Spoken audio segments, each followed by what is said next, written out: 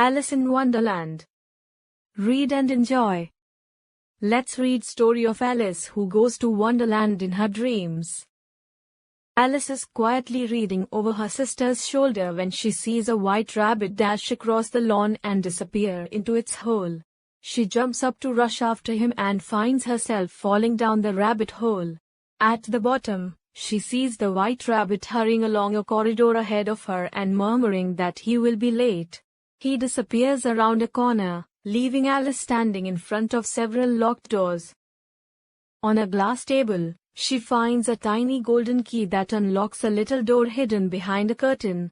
The door opens upon a lovely miniature garden, but Alice cannot get through the doorway because it is too small.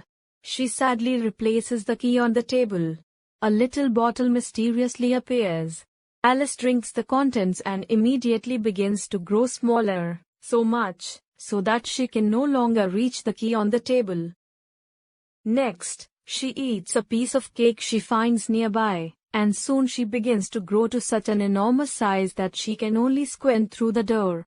In despair, she begins to weep tears as big as raindrops. As she sits crying, the white rabbit appears, mourning that the Duchess will be angry if he keeps her waiting. He drops his fan and gloves, and when Alice picks them up, she begins to grow smaller. Again she rushes to the garden door, but she finds it shut and the golden key once more on the table out of reach. Then she falls into a pool of her own tears. Splashing along, she encounters a mouse who stumbled into the pool. Alice tactlessly begins a conversation about her cat Dinah, and the mouse becomes speechless with terror. Soon the pool of tears is filled with living creatures, birds and animals of all kinds. An old dodo suggests that they run a caucus race to get dry.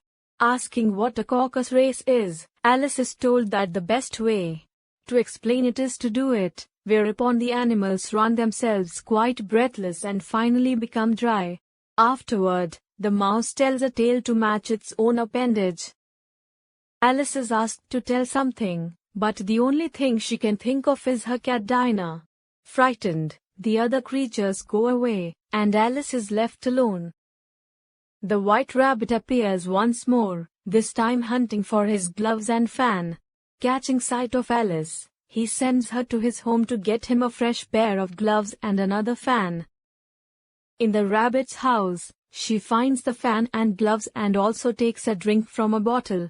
Instantly, she grows to be a giant size and is forced to put her leg up the chimney and her elbow out the window to keep from being squeezed to death.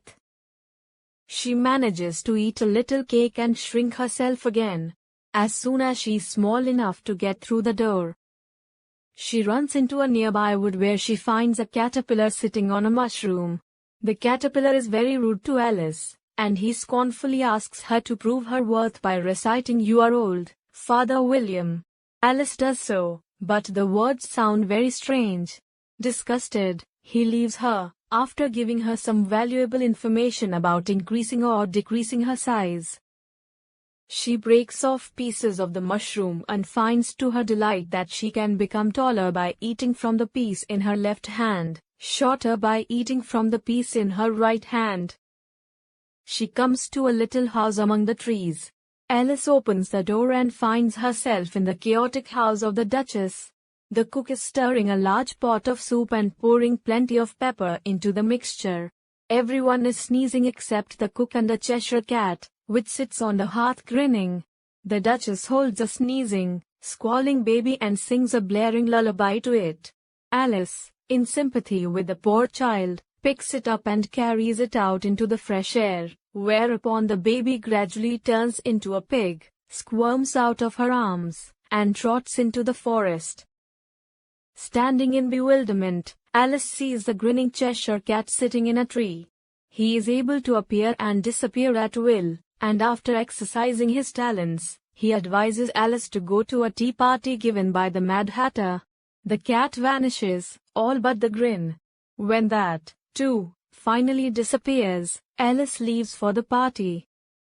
There, Alice has to deal with the strangest people she has ever seen, a March Hare, a Mad Hatter, and a sleepy dormouse. All are too lazy to set the table afresh, and dirty dishes from preceding meals lie next to clean ones. The Dormouse falls asleep in its teacup, the Mad Hatter tells Alice her hair needs cutting, and the March Hare offers her wine and then tells her there is none. They ask her foolish riddles that have no answers, and then they ignore her completely and carry on a ridiculous conversation among themselves. She escapes after the Dormouse falls asleep in the middle of a story he's telling.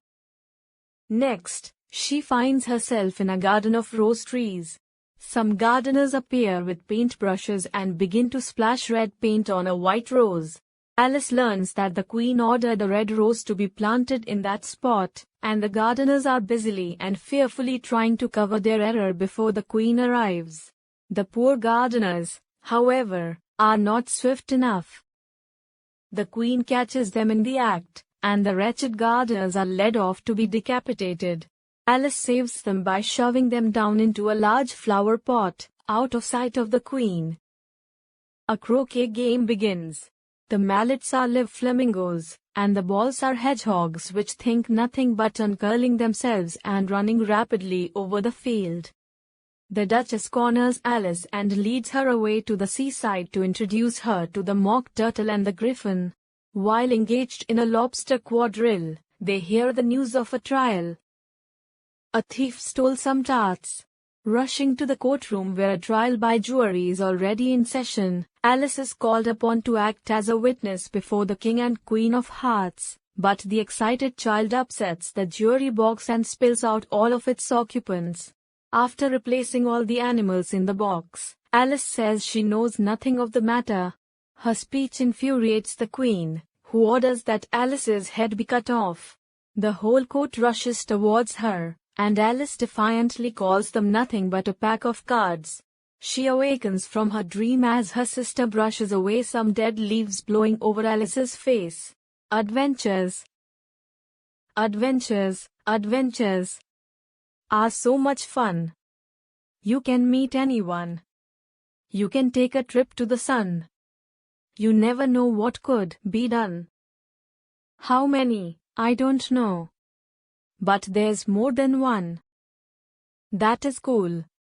Or take a trip to the moon. Please come back sometime, soon. Go as far as I can see.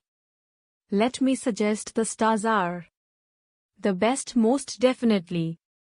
But wherever you go, you have to let your mother know. Now my poem is almost done. Make sure to have fun.